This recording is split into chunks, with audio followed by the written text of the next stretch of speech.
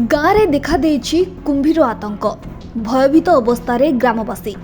ए घटना हेउछि पुरी जिला कणास ब्लॉक अंतर्गत तलपड़ा ग्रामर। सूचना अनुसार उक्त ग्रामर ऋषिकेश सुंदरराय नामक जड़े 85 वर्षीय वयस्क वृद्ध सोमवार दिन सकाळ 9टा समय दया नदी को गाधोइबाकू जाइथिले। से गाधोथुवा समय रे हठात से देखिले जे गोटे कुंभीर तांको आड़कू माड़ी आसुछि। एहा देखि से तुरंत पानी भितरु भयरे बाहरी आसिथिले ओ तांको जीवन बंची जाइथिबा कथा से कहिसंती। मो आइले नदी की गाधियाकू गली से जुन ठेकी गाधेइकरी आइला आसी छाचे पाइरे यारी आइले गामछा चोपड़ी के आइला आसी से जुन देरे हापुड़ी की से नेउटला एडा बड़ सुंकोस बाहर कर जेते नेउटला 2-3 हाथ नंब हबो मु कहले आलो बोकिलो कहिकरी डाक मार देकरी डाक बकली निराश किमिर हां आया नेउटिकरी पइली जे मुंड बाड़ी हेई तंदा पत्थर रे जाऊ रक्षा रहिएनी ऊपर को आसी कहले आसी कि केही नै के खाली से निराश गाधौची। केते फुट रे से कुंभीर हो? किमिरटा 2-3 फुट हबो मो जति कि मु देखिली आ पानीटा जुण देरे हो।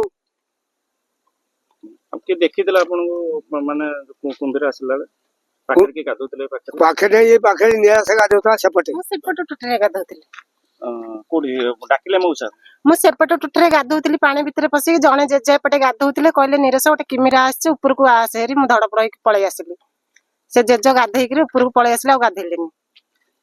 एबे कुंभीर को देखिले ना मु आज्ञा देखिनी मु सेपटे गाधौतली कुंभीर मौसा कोडे गल्ला कोडे कुंभीर सेठी नेउटला तो मु तो काई के छाई पड़ी करी मर जाई थंदी यार ऊपर गली तार से गला मु केमदी सुकला को आसे मिली बाट होतिल नै आपन गां लोक कहितले गां लोक जाई सब कहली जाई गां में जाई हमर एटा होची दया नदी घर पाख देई जीवा जाईची ढालू जेतले हम बड़ा बा जास्तले कोन गाधेया को झाड़ा बसी कोन जाउतले बतन किंबीर तांको एतले कामरे गुड़ीची कोन करजी भयभीत होई से हम पाखरे हम गाम रे बसथिलु बसे से हम डाकिले डाकी आनिले हम देखला छु किंबीर हम भी देखिनो बड़ा बा कहया 3-4 फुट 5 फुट रो किंबीर उसार हबो आ जन करी कि ए सूचना जणाई दोची समस्त की ए नदी पाख पिला पिली छाडंतुनी किंबीर आछि तेनु हम भयभीत होई अछुंती।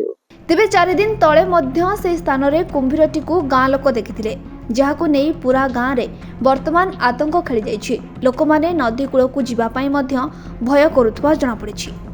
कणासरु Sujit Tripathi report Kalinga today live.